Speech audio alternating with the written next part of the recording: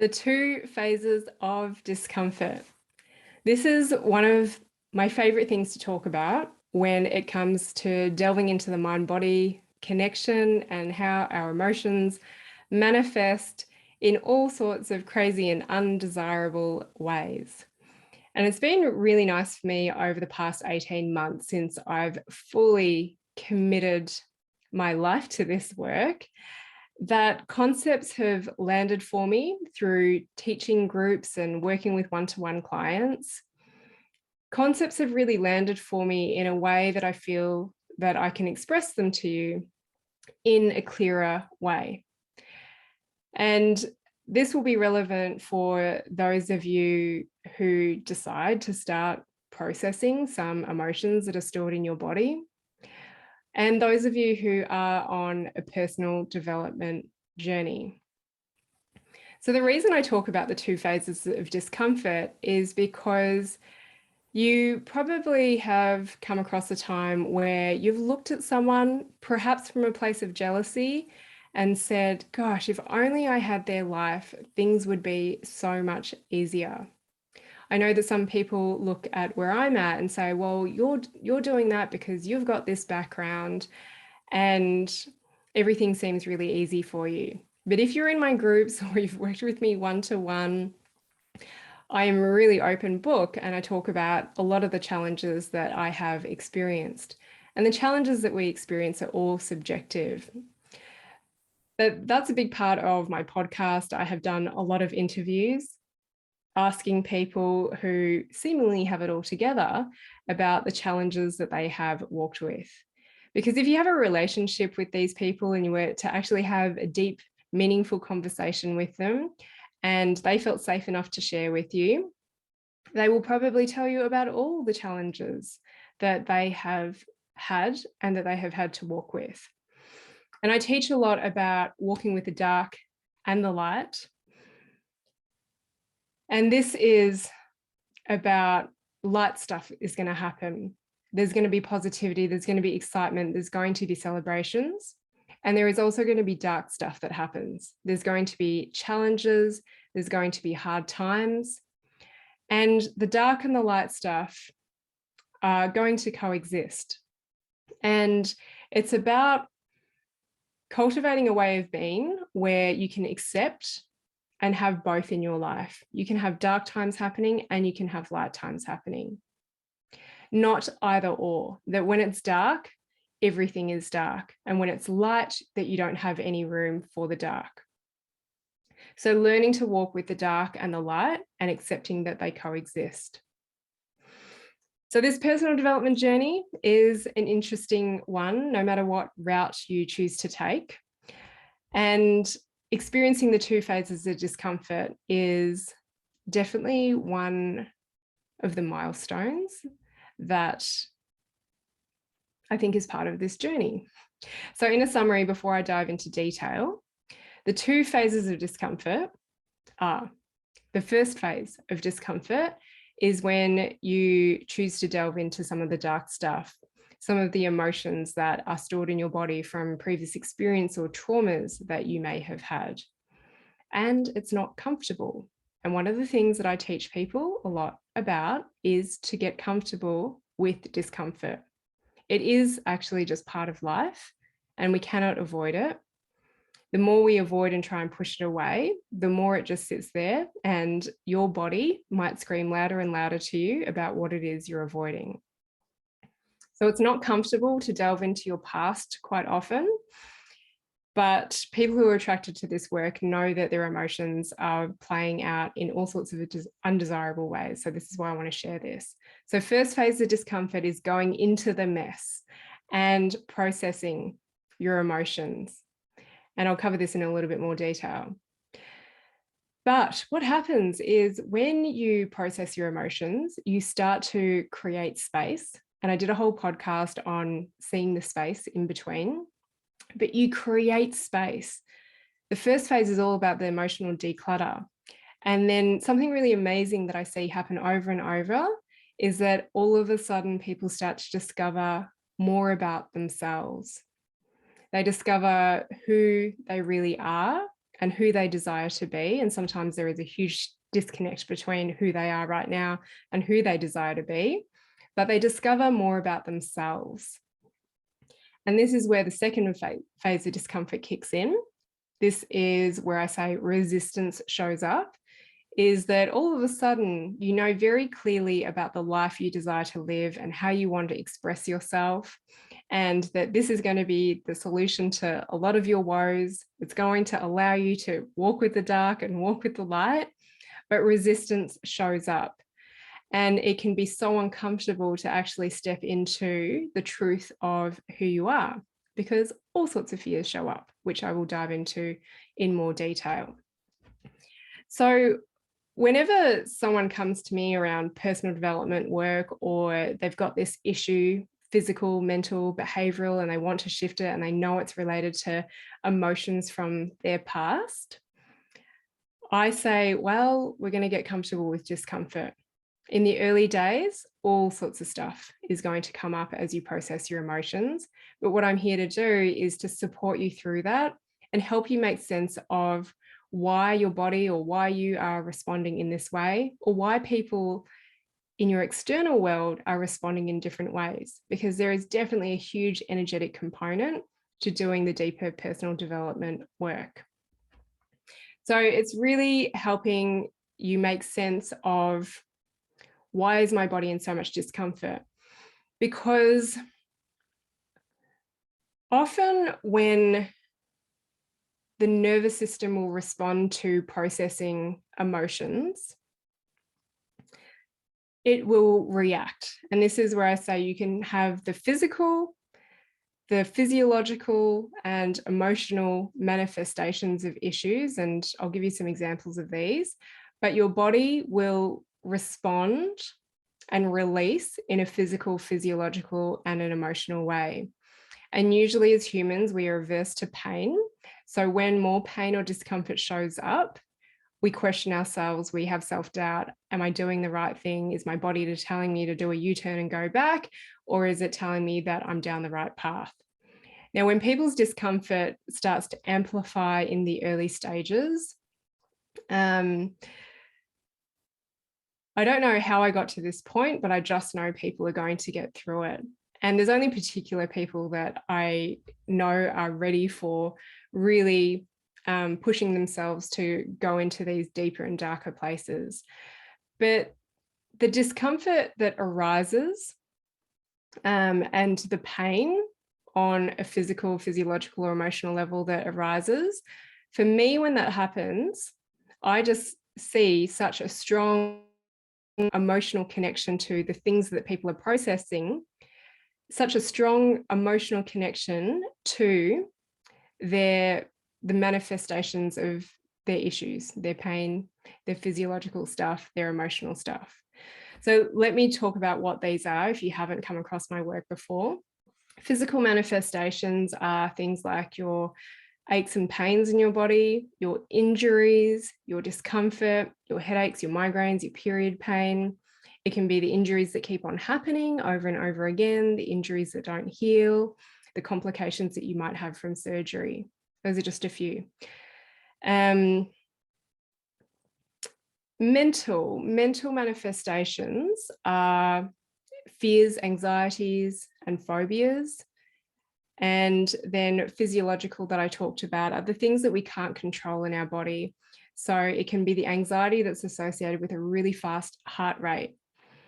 It can be that it leads to panic attacks. It can be the sweats that we have that are uncontrollable. It can be that the digestive system plays up, so constipation, diarrhea. It can be the periods and the frequent bleeding that happens. It can also be the rashes that show up. Physical and physiological things are things like your pimples as well. It's really interesting. I've had quite a few people that I've worked with in groups and individually that have had shingles flare up even before they start the coaching, but very close to, because of their nervous system reacting and perhaps getting a little bit anxious about what's going to come up. Then I talk about behavioral and also emotional. So emotional is things like your constant crying, being weepy.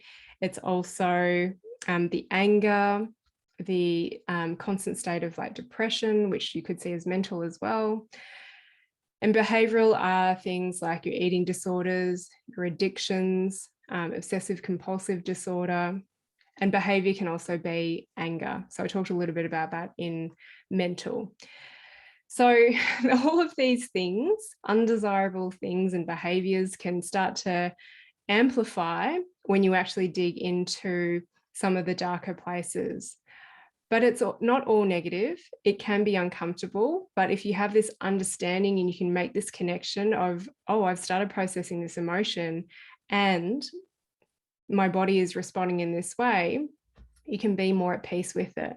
And what's really interesting is when people kind of like pop out the other side, so I normally say, is that they go from a place of being really frustrated with their body and their pain and disappointed with it to actually appreciating the discomfort that shows up and having a new level of understanding as to why their body is reacting or responding in the way it is. Because I believe you can't just focus on positivity, affirmations, mantras, and goal setting. I think these are all amazing things, but they have a place and a time. And I don't think that if you've got a lot of issues, that these are the things that you start with. Because yeah, they might work for months, they might work for years for you. But if you actually avoid the deeper emotions that might be holding you back, you can only sustain it for a period of time before things come crashing down. And that's when people think, well, I've done all this stuff, but the universe is against me. And there's just constant learning in this cycle. And not everyone is ready to go to deep, dark places. Sometimes people need to hit crisis point. Sometimes people need to have life fall apart in front of them before they're ready to make some big changes. But why I share all this information is that I don't want you to end up there. And usually you will get some sort of sensations or inner knowing that this work is resonating with you and that maybe it is time to go and process some of your darker emotions. Humans, as I said, are adverse to negativity, or some people would argue that. Some people like thrive on negativity and drama, but humans are generally adverse to pain and discomfort and will want to avoid it, or they will actually go and react to it by with pleasure-seeking activities. But it's like there's positivity, which is very genuine and it's got a nice energy about it. And then there's the toxic positivity where you can see that someone's bypassing. So bypassing is like, I'm avoiding this. I'm just going to stay in fairyland here. And I'm not going to address any of the stuff that's actually truly holding me back. If you have managed with positivity and affirmations and goals to get to where you're at, amazing. If it's working for you and it's worked for you for a really long time, that's great. But I guess I'm speaking to the people who have tried that and they just keep on getting knocked down, whether it's in a few months or a few years. This is where I say maybe you've got to get uncomfortable and get comfortable with some discomfort.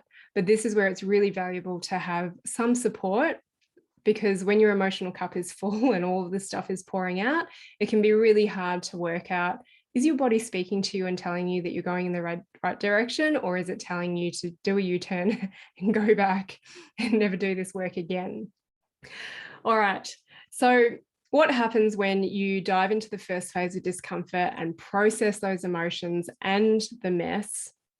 This is where the second phase of discomfort starts to appear. So there's a little bit of a gap in between. And I did a whole podcast called The Space in Between. But basically, when you empty out your emotional cup and you process all of these emotions, and some of them might be positive emotions, there's something that happens.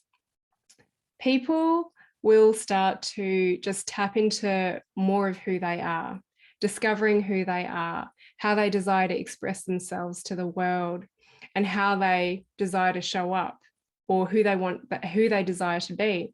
And sometimes there's a huge disconnect between who someone is right now in front of me versus who they desire to be.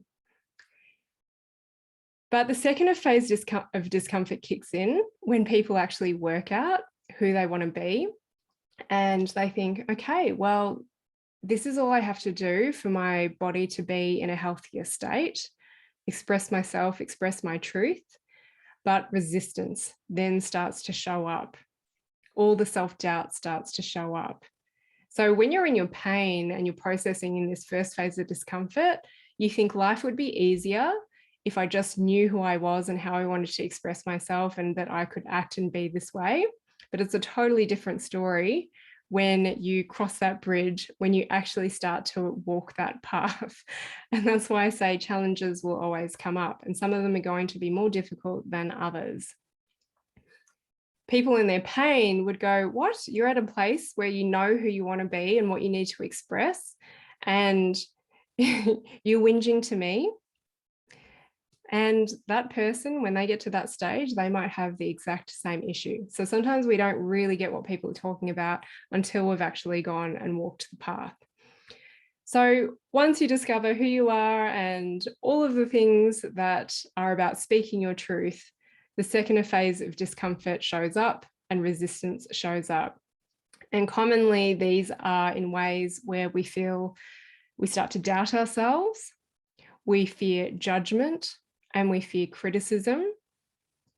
This is where I talk about the chakras, solar plexus. A lot of people move into the solar plexus, which is all about identity, trust, confidence, self-expression, power, authority, and ego. And so many people get stuck here. So many people get stuck in expressing their true identity. And the demon of the solar plexus, or one of the negative kind of feelings, is fear of criticism and judgment. What are others going to think about me? What are my friends going to think about me? If you're some sort of professional that's deciding to take a change in your work direction, what do my peers think about me? What will they think about me? What are my family going to think about me? So all of a sudden there's fear of loss of these relationships. And a lot of the time, these fears and assumptions are not true. And there's people like me who will tell you, just go and do it. I do feel that perhaps I've been quite lucky, or maybe the way that I have put my work out there is that I haven't been openly criticized and judged by it. I've had like one person, when I was doing some Facebook ads, really question my work, and then did it like a second time round.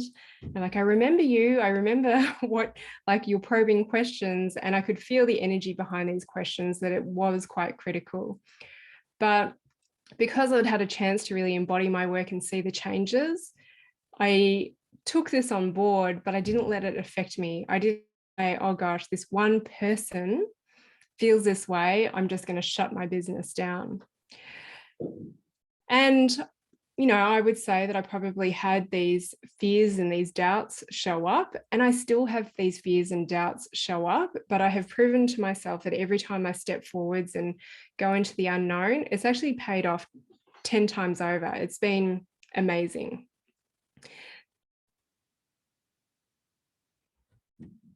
So I'm here to tell you that stepping into the resistance is something that I have experienced, and something that a lot of the people I have worked with have experienced. Some get very blocked, and others just go and do it anyway. And it's been amazing, and it's been liberating. And because one of our human needs is growth, and our desires are going to change as we achieve or reach different milestones, that resistance, that fear is going to keep on coming up, but often it becomes more fun to play with, rather than coming from a place of sense of survival. And each time you embrace challenges is when you can really grow. So this is the second phase of discomfort. So just to recap, there's 2 phases of discomfort. The first phase is going into the mess and into the dark stuff, and processing it and learning to sit with all of it, and creating the space for good things to come into your life, to be able to receive, and discover yourself. So there's a little gap in between. And then all of a sudden you discover who you want to be, who you desire to be, how you want to express yourself to the world. And the second phase of discomfort starts to show up with resistance, fear of what people are going to think of you, fear of criticism, and judgment. But if you are at this point, I want to tell you, take a step, keep taking steps forwards. They only have to be baby steps. They don't have to be big. And again, it is great to have support during this period of time because, well, what if someone does criticize and judge you? And if you are speaking your truth, it's going to speak to some people, not everyone. And being able to hold the energy of something dark, like someone criticizing or judging you, that's something that you're going to have to learn to walk with, because challenges continue to happen, dark stuff will continue to happen, all whilst there's celebrations if you're hitting milestones and excitement and happiness. So I hope that you all get to experience the second phase of discomfort, but also know that it's not all peaches and cream when you all of a sudden just work with your pain. When you've got the blinkers off, there are all sorts of opportunities, and you get to learn to walk with the dark and the light. All right. So I always love feedback on these podcasts. Let me know if you have gotten something out of this. I would also love to remind you that release starts in 1 week on February the 3rd, 2022. I have made some announcements to those of you who follow me that if and when the next release runs in August, which very much depends on my energy because it is a high energy group to hold and there is a lot of emotion being processed, is that the price is going to increase for future releases. It is going to be around 2,000 plus. And it also depends on whether or not I feel ready to hold it again in August, because anything can change in the next 6 months. So if you are ready to go through the first phase of discomfort and be supported in ways that you didn't even know was available to you, because I have an amazing team of coaches who support me and will support you on release, then I encourage you to just tune in. Does this feel right? And jump on board the next release course. So I will pop the link in the notes. The course page is theartoflisteningtobody.com/release-course. If you are not listening to this in real time, that page will redirect you and you will be notified of when the next course is running. But for now, it is not 2,000 plus, but it is totally worth that. And this is based on all of the amazing feedback that we have had after running this a few times now. So I hope to see you there if it feels right. If not, I trust that we will cross paths when the time is right.